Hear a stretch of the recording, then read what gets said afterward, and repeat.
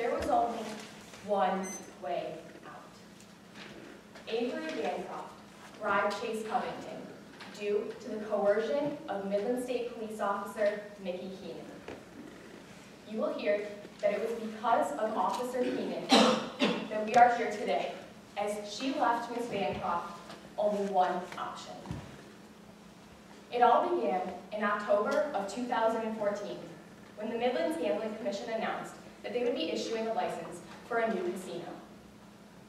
Ms. Bancroft already owned the Black Bear Casino when she submitted her proposal. She was seeking to become the first person in Midlands to own 2 casinos. Meanwhile, Officer Keenan was operating undercover with explicit instructions from the Chief of Police to focus investigations on important and powerful people who would allow the police department to build a reputation through the media. Officer Keenan developed a scheme that would force Ms. Bancroft into committing a bribe she would have never otherwise committed, as she was exactly the type of person that the Midland State Police Department was looking to target.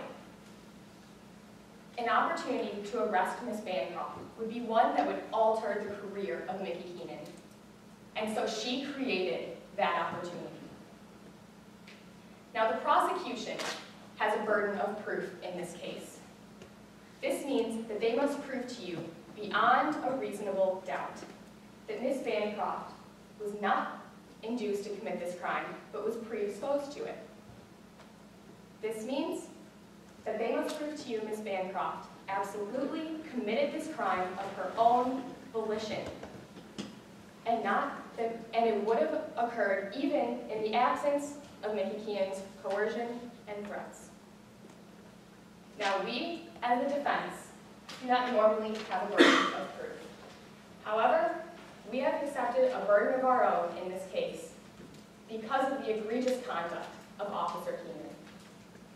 We must prove to you that Avery Bancroft was not predisposed to committing this crime, as she was, in fact, induced by Officer Keenan.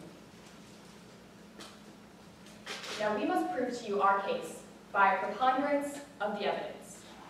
This simply means that the case presented by the defense was more likely than not to have happened. On the other hand, the prosecution has to prove their case beyond a reasonable doubt, and you will see at the end of this trial that they will not be able to meet such a high burden. Now, to prove our burden, we will be calling before you 3 witnesses. First, you will hear from Mr. Corey Hyde.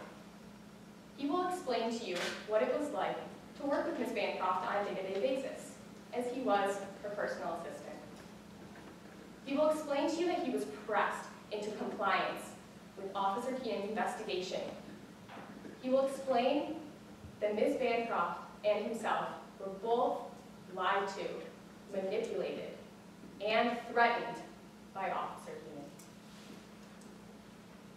You will next hear from former FBI agent Jacqueline Lorian, an expert in proper police procedures.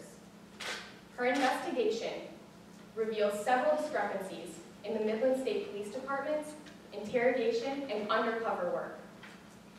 She will explain the detrimental effects of Mickey Keenan's lack of training in these 2 areas, and she will show that Mickey Keenan was not qualified to conduct this investigation. Finally, you will hear from Ms. Bancroft herself. She will explain that she would have never considered the idea of bribing Chase Covington had it not been for Mickey Keenan. She will explain that Mickey Keenan seemed genuine at first. However, she changed when she realized that Ms. Bancroft was uninterested in committing this crime. Ms. Bancroft will explain that Mickey Keenan threatened her on 3 separate occasions. Ms. Bancroft was in fear that Officer Keenan would rip away the casino upon which her livelihood depends. Now, by the end of today's trial, you will hear that Officer Keenan left Ms. Bancroft only one way out. And it's for this reason that my co-counsel Joe Huey will come before you and ask you to find her not guilty. Thank you.